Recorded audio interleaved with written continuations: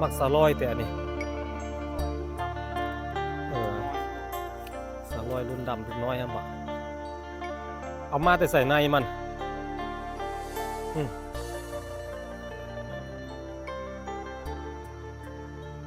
สบายดีโอ้มันไผผู้เป็นคนปลูกนี่ในเก่งโลกิ้งโลกิ้งปลูกในเก่งบ่ได้ปลูกเด้บอกซานเก่งก็บ่ได้ปลูกบะมีแต่ขุดให้ในเก่งปลูกกับโลเก่งเป็นคนปลูกเนาะโอ้มักอย่างนี้มักสาลอยหรือมักสาลีสลอยมักสาลอยสาลอยมันต่างกันแบบไหนกับมักสาลีมันดำมันหน่วยน้อยกว่าเนาะมักสาลีหน่วยใหญ่กว่าเนาะโอ้อันนี้มักสาลอยนกเข้าเงินผู้ดีพ่อของกันในกิ่งเป็นคนไปหาในมาให้โลกิ้งปลูกโลกิ้งแล้วปลูกใส่โลกิ้งปลูกมันเอาไปฟังไว้บอกได้ไปเบิ่งดูถ่ายเบิ่งไปเบิ่งเลยผู้ดีเอาไม้ปลูกแล้วข้านปลูกน้อยเดียวปลูกได้นิดเดียวแล้วข้านปลูกแล้วเอาไปฝังแซ่นกบกล้วยหันไว้แล้วพ่อเราบอกว่าเอ้าคือสิปลูกไว้แท้มักสลีคือหลายคือปลูกได้น้อยแท้ว่าซัดแต่แท้แล้วมันข้านปลูกมันเอามาฝังกันเป็นจุ่มไว้อยู่อันบ่อนเดียวนี่มึงนี่พ่อมันฟันทิ่มแท้มันที่โพดข้านปลูกแล้วมันยัดไว้อยู่นี่สุดท้ายมากอะได้ไปหาแนวมาปลูกตื้มเนาะในกิ่งต้นยังอันนั้นในกิ่งคือใบเตยอะไปเบิ่งดูบางลำไยก็มากแต่มากโบราณเนาะป่วยคุณมากโบดกโอ้หางโบแดงหางบางใหญ่ฮะ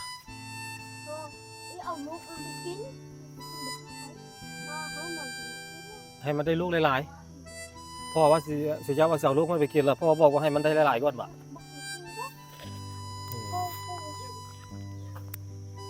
โลกิ้งพ่ออันนี้ต้นยังนี่ในกิ่งต้นยกไม้ต้นที่กระเจ้าเพชรไข่แดงท่านบ่คนเหล่ามีอันแดงมีหัวแดงๆเป็นบ่โอ้กระเจ้าไปย้อมสีอันไข่แดงกันเลยเนาะจากต้นอย่างพี่น้องไอ้บ่เพิ่นก็บ่ฮู้ว่าฝั่งไทยต้นเป็นจังอยู่ไทยเพิ่นเคยเห็นอยู่เคยเห็นกระเจ้าเอาลงปลูกแล้วว่าอันนี้บักเมยกิ้งปลูกบักเมยกิ้งปลูกเองโอ้บักเมยญี่ปุ่นก็มีบักเมยกิ้งปลูกว่าซะอีโลกิ้งบ่ได้ปลูกแต่บักโลกิ้งบ่ปลูกเมยกิ้งมีแต่บักเมยกิ้งปลูกเมยกิ้งลืมสมัยก่อนเฮ็ดนั่นโลกิ้งว่าเป็นอีโลต็อกอีโลกิ้งเนี่ยบักอันผู้ชายมาเอิ้นบักผู้หญิงมาเอิ้นบักว่าผู้ชายมาเอิ้นอีก็ยังหัวโอ้ฝีมืออันโลกิ้งปลูกต้นนึงนี่ก็ได้อันนี้มันบ่ออกแถวนี้มันบ่งามปานใดเนาะอันนี้นี่ปลูกไม้นี่ตัวนี้นี่ปลูกไม้เที่ยวชมสวนหลังบ้านน้องเมยน้องในกิ้งไปเบิ่งดูตัวปลูกไม้บ่อนพ่อเว้างามๆมันสิใส่ไปย่างเบิ่งดู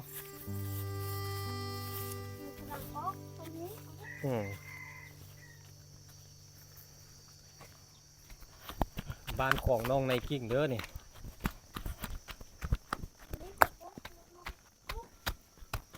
ครอบครัวในกิ้งหลายคนอาจจะเคยเห็น เคยติดตามนี่เนาะตั้งแต่น้อยจนใหญ่เห็นตั้งแต่น้อยจนมันใหญ่แล้วนี่เป็นสาวแล้วในกิ้งก็ได้ตั้งแต่ตัวน้อยวิวทิวทัศน์เฮือนในกิ้งนี่งามเลยนี่ดูนี่ทางหลังนี่ก็เป็นภูผาซ้างนี่เนาะนี่ให้ของแม่ของน้องก็อยู่นี่จังนั้นห้องปมได้เห็นแต่หลังคาเตี้ยเอาปรู้เจ๊ได้ไหมเตี้ย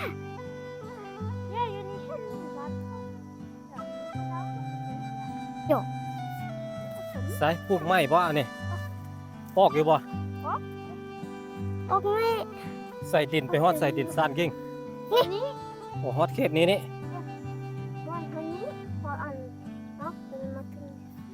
โอเคนี่ลงไปสิได้ต้นมักสลีอ๋อนี่กำลังออกเนาะอืม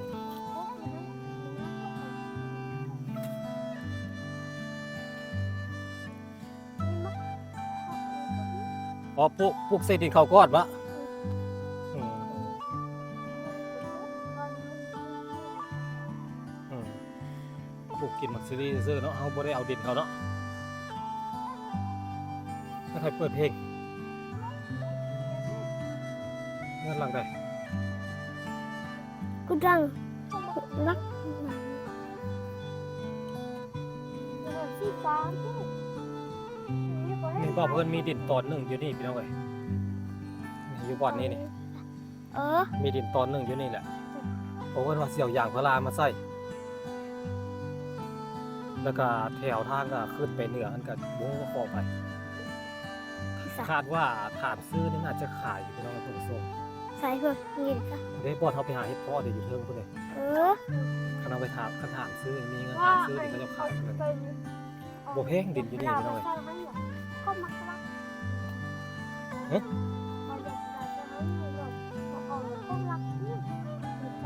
เขาหลักเบี้ยย่างฮะมาสิมีคนหลักเบี้ยย่างเด้ นี่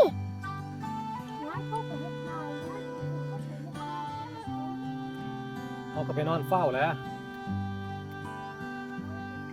ไอ้พวกนี้พวกอย่างภาษาเลยฮะนะ อยากปลูกยางพาราใส่มีดินตอนหนึงก็บ่กว้างปานใดดอกน้อยหนึงนี่วิวทิวทัศน์บ้านในกิ่ง นี่ก็ให้ไทยเข้าลงเอ้ยสลีเอ้ย ตามที่ทุกคนขอมาเนาะพี่น้องอยากให้เพิ่นมาลิ้นนำในกิ่งถ่ายในกิ่งลงอันนี้เงินของน้องในกิ่งไปเอามักสลีให้เอามักสลีมาฝากอันนี้เงินของน้องเงินตั้งแต่สมัยใดแล้วล่ะ10-20 ปีแล้วล่ะเงินหลังนี่คันบอกว่าน่าจะประมาณ20 ปีได้ละอันนี้ต้นมะขามป้อมที่นี่ในกิ่งเนาะแม่นแล้วก็มะขามป้อม มันมีอัน มันเป็นหน่วยมนๆมากมันมน มันเป็นน้อยอยู่นี่ ๆแม่นและมะขามป้อม นี่น้อยมันเดี๋ยวมันบุไปกินก็ทีนี้ บ่แมนเป็นเกสมะขามป้อมมันกินได้ กินได้ดิ ไปเอามักสลี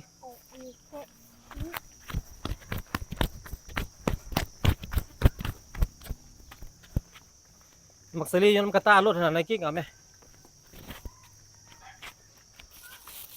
มักสลีไม่เท่าวัน100 ปีเอาให้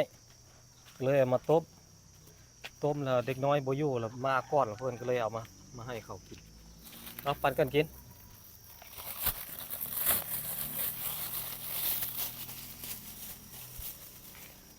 ปั่นกันกินเลย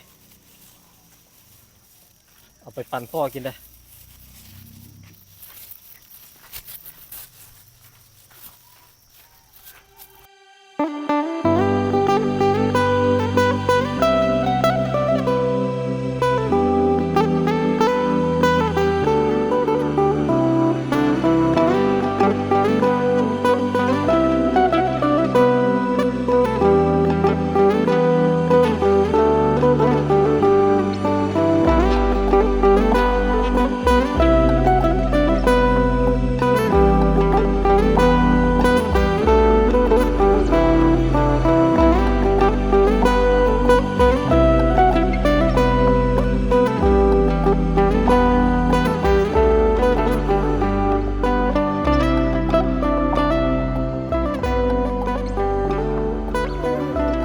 ในที่สุดก็มาฮอด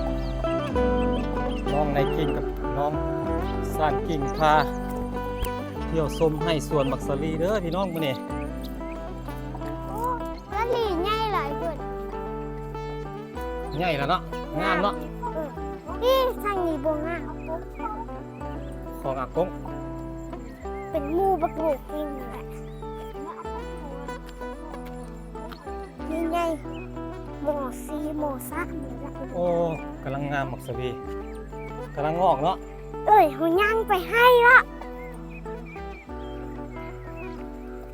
เฮ้ย โอ้หมอยมันเป็นสี สีแร่เนาะสีม่วงเนาะ ว่าแม่หมดเต้ฮะแม่เช็คหัวใจแม่หมดเต้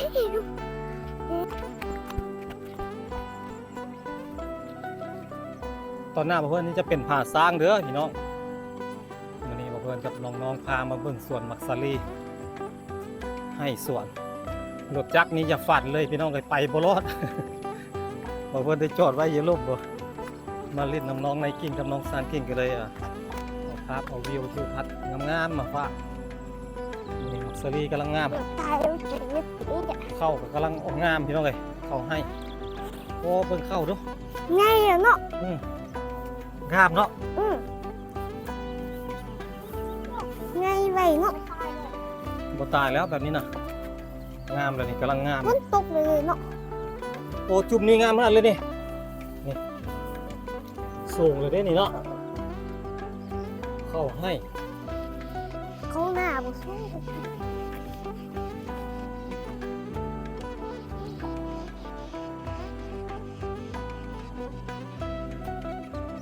ทางนี้เป็นป่ามักซารี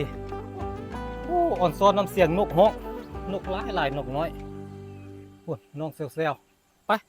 ปีกยังมีอีกทางพูนปู ทางพูน ส่ มี วน แต่ มักสลี ให้ไม่เท่าแหละ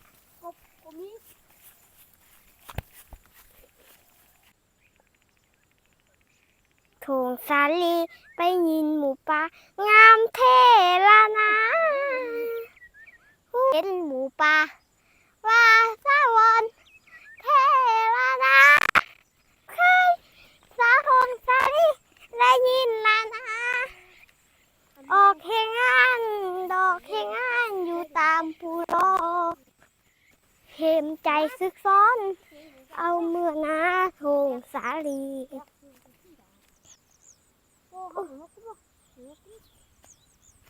จึงพูดไอ้เต้เหรอเป็นใจซึ่งซ้ายสวอเจ้าฟงซ้ายหอมคำขอคะงามเท่ไทย ไปอยากเด็กข้างหน้าพุ่นในกิ่งร้องเพลง เอาเหมือนนะคะโอ้แหนมใจซึกซ้อน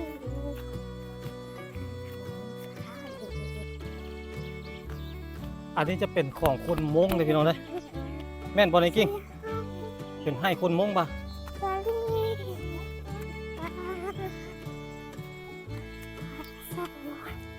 แถวนี้ก็เจ้าจะเอิ้นลาวสูงเนาะพี่น้องแต่ว่าเขาเจ้าเอิ้นเขาเจ้าเองนะเอิ้นลาวสูงแต่ว่าบ่เพิ่นบ่เคยเอิ้นเขาเจ้าจะเคยให้เอิ้นลาวสูงบ่เพิ่นเอิ้นมงเอิ้นแต่ว่าคนมงในกิ่งคนลาวสูงนี่คันเฮาเอิ้นลาวสูงนี่เขาเจ้าเครียดอยู่บ่บ่เครียดเนาะธรรมดาเนาะ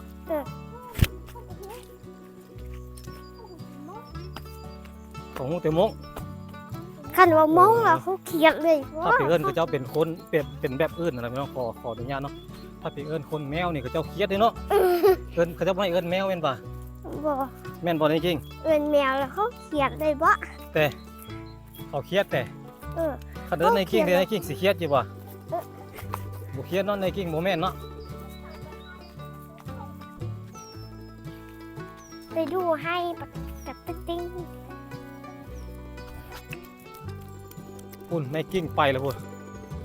บ่ท่าอายเลยหมอนี่พักตาบ่ค่อยเห็นหุ่งหมอนี่ฮะแนมเห็นทางอยู่บ่ซั่นกิ้งเห็นอยู่เนาะพุ่นในกิ้ง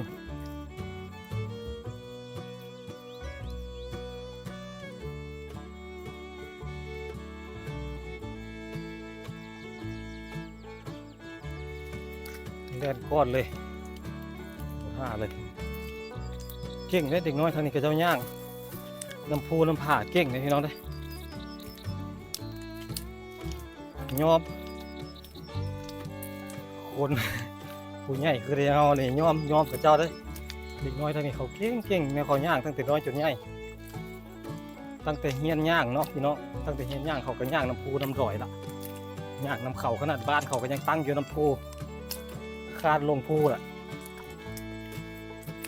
เลยเฮ็ดให้เขาคุ้นชินกับภูมิประเทศ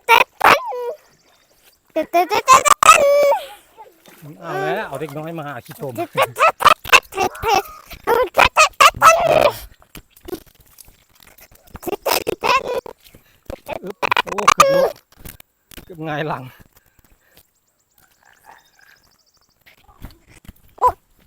ท่าได้แม่ กบกบกบ โอ้ยบ่ท่ากันเลย มาไอ้แสนตกอ่ะมากบกบกบกบกบกบกบ โอ้โหส่วนบักสลีงามขนาดเลย งามเนาะมึงนี่งามขนาดเลย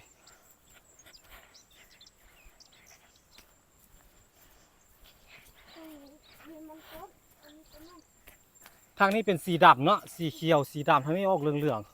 ๆในฝั่งนี้นี่งามกว่านี่มันเป็นสีดำเลย ตอนนั้นเราไปให้แม่ ไปยืนดูในกิ่งสูงซ้ำใดยืนก็มักสลีโอ้ เฮ้ย ในกิ่งต่ำกว่าเปียกว่ามักสลีอีกสลีงามกว่าสูงกว่ามีอยู่ประมาณ2 เมตร2 เมตรปลายมักสลีนี่ โอ้สูงอ่ะ อืม สูงขนาดรถนะ อันนี้มีทะเลหมอกทุกมื้อเลยนะพี่น้องเลยจุดนี้เนี่ยเจอทะเลหมอกตลอดเลยแหละนี่ไปบ่อนนี้นี่เลี้ยวเข้านี่นี่ ไปเครื่องน้ำเข้าอันนี้ อืม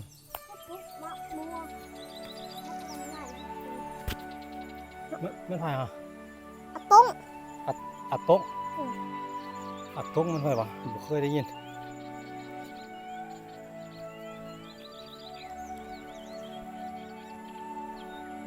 อัดโต๊ะก็ปอมั่วจี้ งงไอ้บ่บ่ถึงเนาะไอ้ต้องว่าแบบไหนวะ ก็หมูอาจี ก็หมัวอาจี้เนาะมาแต่ให้ป่ะ เฮ้ย ก็หมูอาจี้อาจี้ล่อ โอ้กูงงมาเลย ในกิ้งบ่ไอ้เพื่อนเราเบ้าไปไหน ก็รอขอเตอร์ ก็หลอกคอตื้อล้อมันคาดบอลไหนก็ไปให้มาบอลไหน รอเตะ หล่อเตะโอ้ก็หมอคอตื้อล้อ อืม หล่อเตะคัดมาแต่บ้านแล้วแม่นั่น ตัวด่าเจตัว หล่อเจตัววะ ฮะตัวด่าเจตัว ตัวดาเจตัว ไอ้คนที่ ตัวดาเจตัวแต่ว่ามาแต่บ้าน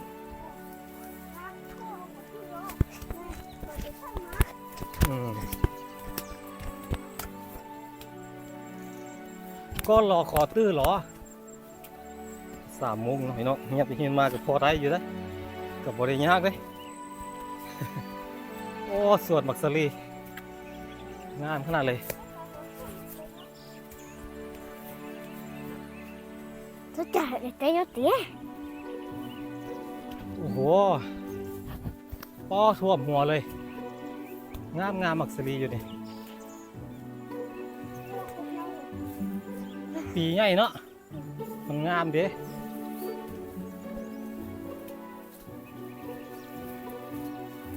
โอ้ไปฮอตตู้กับเจ้าจังกลับมา ก็ไก่เป็นนั่นนะ เมื่อยเลยได้นี่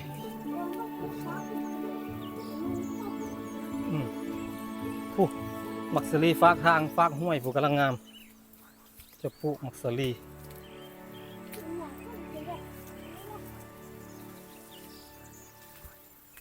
เขาก็มาขายอยู่บ่มักลำไย โอ้พี่มอง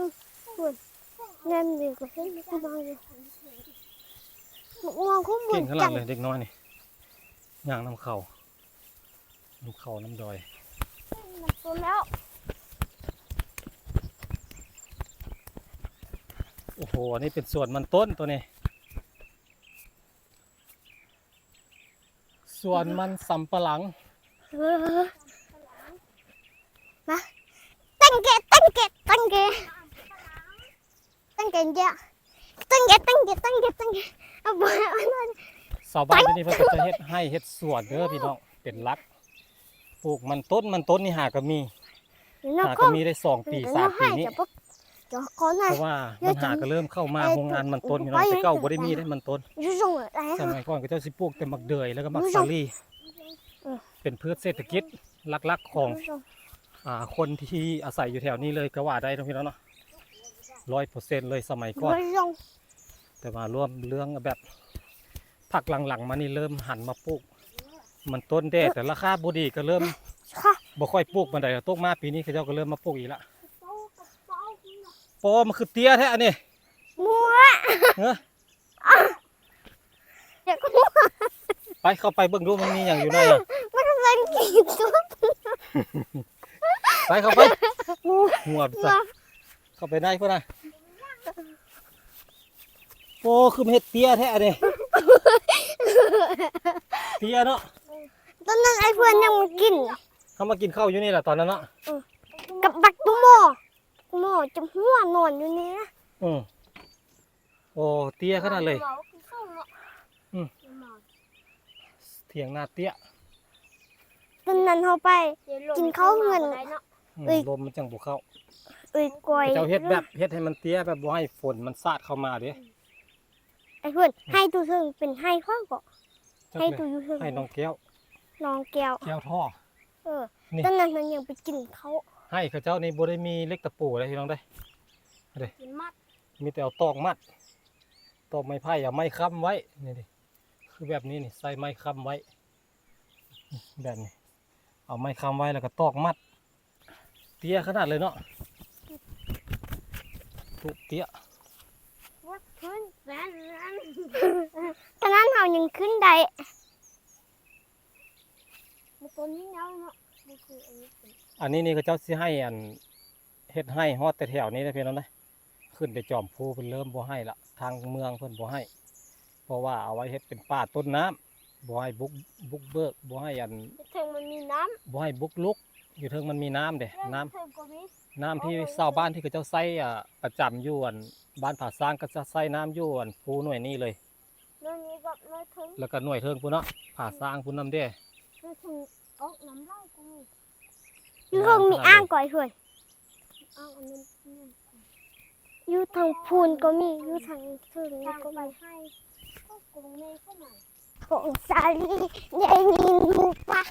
งามเท่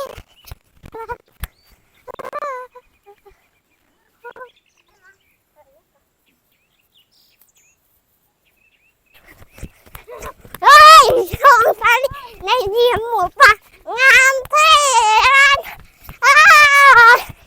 คุณผู้ใดจะสุขใสอักเย็นเน้นเห็นหมูป่าลาสวรรค์ ไปกลับบัดนี้กลับก่อนพี่น้องเอ้ย กินหมดละ มื้อนี้เฮามาฮอดนี่มื้อหน้าเฮาสิขึ้นไปเทิงภูพุ่นเนาะในเก่งเนาะ จ้ะ ไปเทิงภูพุ่น อุ้ย มื้อหน้าก่อนบ่แม่นมื้อนี้ อันนี้ก็จะเป็นบรรยากาศหมู่บ้านพี่น้องหมู่บ้านก็อยู่พุ่นเด้อยู่ผาต้นหน้าบ่เพิ่นนี่งานบ่เพิ่นก็อยู่ตีนภูพุ่นละเป็นหมู่บ้านเนาะอันนี้ก็จะเป็นให้เป็นสวน คนแถวนี้ก็จะอาศัยอยู่น้ำให้น้ำสวนนี่พี่น้องนะก็ให้เกิดเป็นหมู่บ้านเป็นหมู่บ้านแล้วก็มีให้มีสวนอยู่น้ำให้น้ำสวนหรือกับมีถนนหนทางเข้ามาหามีโรงห้ำโรงเรียนเข้ามาอาศัยอยู่น้ำให้น้ำสวนแต่สมัยแต่เก่าแต่กี้กัน ให้มันตัว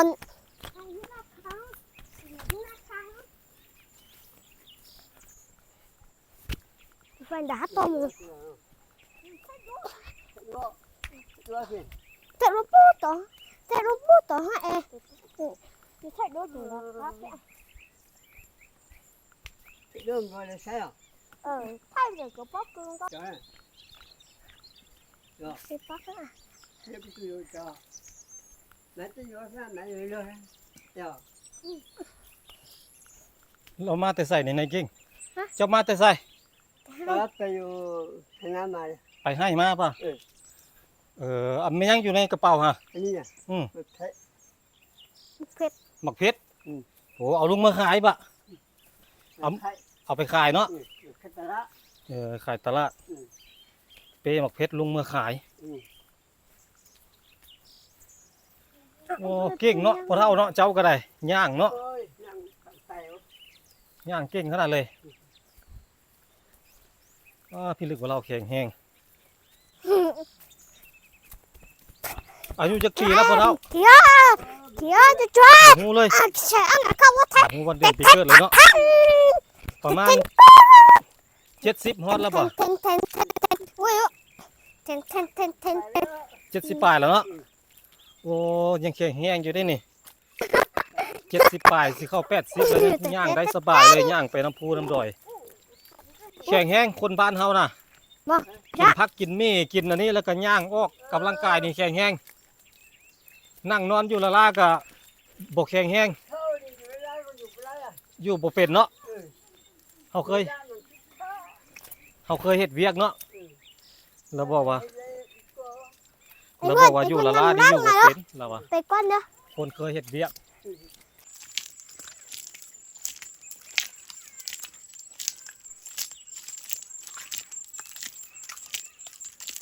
Ở đây phải có đi เอาย่างรถค่อยก็ย่างซาคือกัน Đây, phải เจ้าเวลาย่างไวกว่าค่อยหั่น ค่อยก็ย่างซะเพิ่นให้ย่างก่อนวัยรุ่นซื่อๆได้วัยรุ่นบ่แข็งแรงเท่าผู้เฒ่าเด้นี่